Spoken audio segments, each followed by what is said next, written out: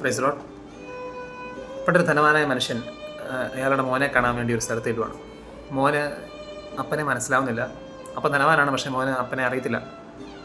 അപ്പൻ ഇങ്ങനെ നിൽക്കുന്ന സമയത്ത് മോൻ വിചാരിക്കുവാണ് ഇയാൾ ഒരു വേലക്കാരനെ പോലെയാണ് ചെല്ലുന്നത്. അപ്പം മോൻ ഇയാളെ വേലക്കാരനോട് അപ്പോയിൻ്റ് ചെയ്യുവാണ്.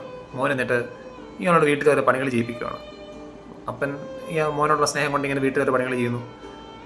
മോൻ ഇത് ചെയ്യിപ്പിക്കുന്നു. ഏറ്റവും സിനിമയുടെ ഏറ്റവും അവസാനവും നമ്മൾ പ്രതീക്ഷിക്കുന്നുണ്ട് ഇയാൾ തിരിച്ചറിയും, അപ്പനെ തിരിച്ചറിയാൻ പ്രതീക്ഷിക്കുന്നുണ്ട്. പക്ഷേ അപ്പനെ തിരിച്ചറിയുന്നില്ല. കുറേ കാലം കഴിഞ്ഞപ്പോൾ ഈ മോൻ മരിച്ചു.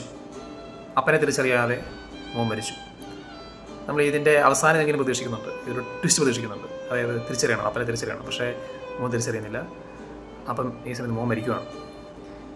ഇത് ഈ ഒരു കാര്യമേ നമ്മളിത് കേൾക്കുമ്പോൾ നമ്മൾ പോലും ചിന്തിക്കും, തിരിച്ചറിയാൻ നല്ലത്. കാരണം പാവപ്പൻ ഇത്രയും ജോലി ചെയ്തു, പക്ഷെ തിരിച്ചറിയുന്നില്ലല്ലോ. ഞാനിത് പറഞ്ഞത് ചുമ്മാ ഒന്ന് റിലേറ്റ് ചെയ്യാണ്ട് പറഞ്ഞതാണ്. നമ്മുടെ ഉള്ളിലേക്ക് നമ്മൾ റിലേറ്റ് ചെയ്യാണ്ട് പറഞ്ഞതാണ്. നമുക്ക് ഇങ്ങോട്ട് ഒരു അപ്പനുണ്ട്. നമ്മൾ അപ്പനെ തിരിച്ചറിയുന്നില്ല. നമ്മൾ ഇയാളെ കൊണ്ട് ഇങ്ങനെ വേല ചെയ്യിപ്പിച്ചുകൊണ്ടിരിക്കുകയാണ്. നമ്മൾ ഓരോ കാര്യങ്ങൾ ഈ അപ്പനെ കൊണ്ട് ചെയ്യിപ്പിക്കുന്നു.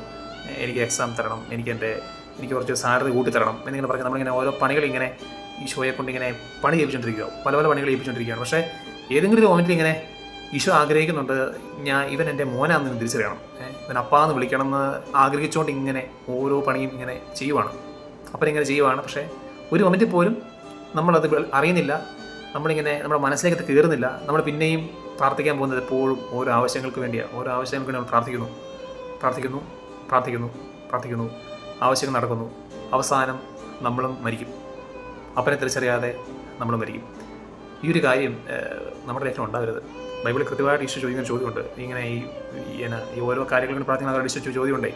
അതായത് ഒരാൾ ഇങ്ങനെ ഈശോയുടെ സമീപിച്ച് ചോദിക്കുകയാണ്, എനിക്ക് എൻ്റെ പിതാവ് തൻ്റെ പൊതുസ്വത്ത് ഞാനുമായിട്ട് പങ്കുവയ്ക്കാൻ വേണ്ടി നീ പറയണം എന്ന് പോയി പറയുക. അപ്പോൾ ഈശോ പറയുകയാണ്, ഹേ മനുഷ്യ, എന്നെ ആര് നിയമിച്ചു? ഈ പിതൃസ്വത്ത് ഭാഗം ചെയ്യുന്നവനായിട്ട് എന്നെ ആര് നിയമിച്ചു? മനുഷ്യ സമ്പത്ത് കൊണ്ടല്ല ധന്യമാകുന്നത്, എല്ലാ തരം അത്യാഗ്രഹങ്ങളിൽ നിന്നും അകന്നിരിക്കുവിൻ. കർത്താവ് ഒരിക്കലും ആഗ്രഹിക്കുന്നില്ല കേട്ടോ. നമ്മുടെ ഈ പേഴ്സണൽ ആവശ്യങ്ങൾ ഇങ്ങനെ പറയാൻ വേണ്ടി മാത്രം ഈശോയെ സമീപിക്കാൻ വേണ്ടി ഈശോ ഒട്ടും ആഗ്രഹിക്കുന്നില്ല. ഈ ഒരു കഥ, ഇത് നമ്മുടെ ലൈഫിൽ ഇതിനെ ഏതെങ്കിലും നമ്മുടെ മൊമെൻറ്റിലേ ഈശോയെ അപ്പാ എന്ന് വിളിക്കാൻ ആഗ്രഹിക്കുന്ന ഒരു ആൾ നമ്മുടെ അടുത്തുണ്ട്. എപ്പോഴും ഇങ്ങനെ അപ്പാ എന്ന് വിളിക്കാൻ ഇങ്ങനെ ഈശോ കൊതിക്കുന്നുണ്ട്. ഈ ഒരു ചിന്ത, ഈ ഒരു കഥ നമ്മളെ ഇങ്ങനെ ഒന്ന് മോട്ടിവേറ്റ് ചെയ്യട്ടെ. ഈശോയുടെ അടുത്ത് പോയിട്ട് അപ്പാ എന്ന് വിളിക്കാനായിട്ട് വരണേ. ആമേൻ.